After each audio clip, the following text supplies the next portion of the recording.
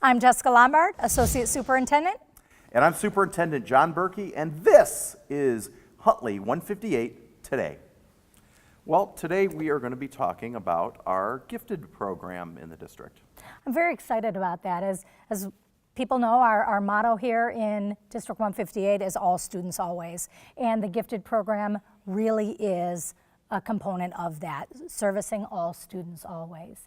And we have today here with us one of our directors who oversees that, as well as a few parents. Right, so let's get right to it and learn a little bit about our gifted program.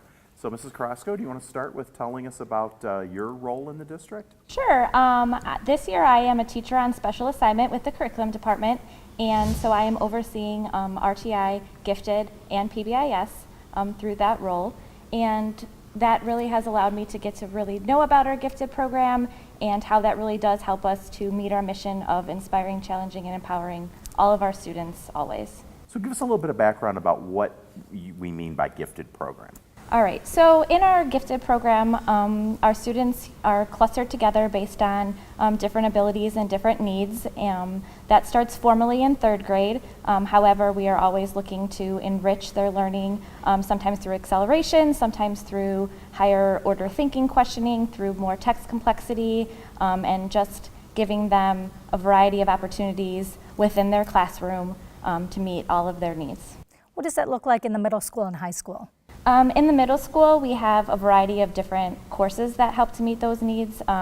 English 1 is one of those, and algebra and geometry. It leads to some of our academies in the high school, as well as some of our AP courses, and even into some of our fine arts opportunities for those students as well. We also have Deena Reeves. Deena, you are the president of our COGC group. Tell us a little bit about what is that group and what's the work that you do with our district. COGC stands for Community Organization of Gifted Children, and basically it's something for families and parents. It's a way to kind of come together and be better parents for our students, be better communicators with our teachers, and we bring in speakers who are experts in the gifted areas so we can learn more. And again, the more you learn, the better you are. We also meet several times a year as just parents, so ways to connect with other parents to find out what's working for other people that might work for me. So it's a way just to connect with other parents of gifted children. Okay, and we have Bruce Augustine here, who is a former president of COGC. And if I could start, though, you just won a pretty substantive award from the state. You want to tell us about that? The district nominated me for part of the Those That Excel competition as a community volunteer, and I received meritorious recognition for that. So this was a pretty big deal. We got an award. There was an award banquet down in Bloomington. Tell us, Bruce, how long have you been involved with working with the gifted program in the district? It really started back when my oldest daughter, who's a senior now, was in third grade and identified for the gifted program. And I started attending presentations by the COGC group. And it just really spoke to me that, you know, there was such a big difference between how gifted children thought and learned from their peers and how that was addressed within the district. Mrs. Carrasco, we just went through a gifted program review. Can you tell us a little bit about that review?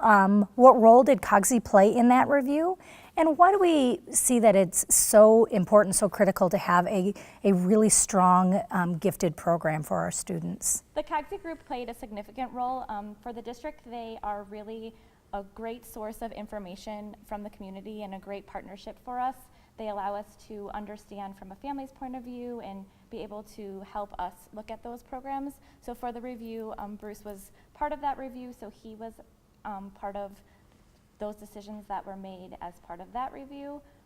And the review just really made us be able to look at our programming and how we could better serve all of our students. So we looked at some on and off ramps so that we can be serving all of our students as needed. So if they were in the gifted programming, and then we can look at if it isn't meeting their needs, or if other students is meeting their needs, allowing them to be part of it. Just looking at making sure that we can serve those students and all of their special needs the best that we can.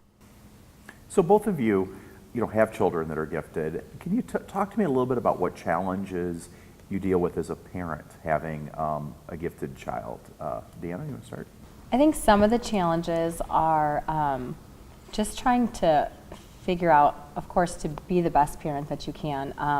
recognizing that they do learn a little bit differently, that maybe they feel socially different, they don't fit in. So trying to be the best parent you can for that child, but also being able to communicate with the teachers so you can make sure your child is getting the best that they can. Communication with the teachers is the key, but I think it's just supporting your child the best way that you can. For us, it was definitely dealing with the perfectionism that comes along with a gifted child. Trying to convince both my daughters they don't have to spend hours coloring every white space on a page in order for it to be acceptable. And the amount of time that they spend on homework, they were going to do very well on their own. They didn't have to spend hours to make sure that every question was answered perfectly. Well, I think all parents obviously deal with those same questions, not just parents of gifted. And I think that you brought up a good point that turning to the teacher, to the building principal, we have a lot of resources in the district to help parents navigate their children through that learning. And I think a lot of differentiated learning that goes on in our district to help all kids. And as our motto says, All students always. all students always. And we have to remember that. So thank you very much for the three of you for being on our show today. Thank you for joining us. And thank you for joining us at Huntley 158 today.